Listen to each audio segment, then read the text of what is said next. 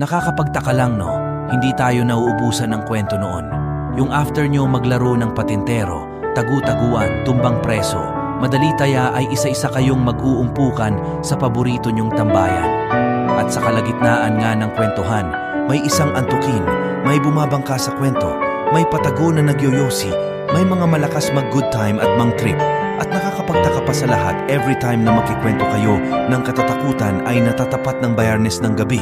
May ilan nakikitulog na sa tropa dahil takot na umuwi. Sa napakasimpleng buhay lang noon, sadyang masaya na. Pero alam ko ngayon, marami na tayong pagsubok na hinaharap, kanya-kanya responsibilidad, kanya-kanyang problema na hindi mo dapat ipag-alala dahil bata pa lang tayo, pinalaki tayong matatag at makakaya natin yan. Salamat sa naging parte ng kabataan ko. Mabuhay kayo!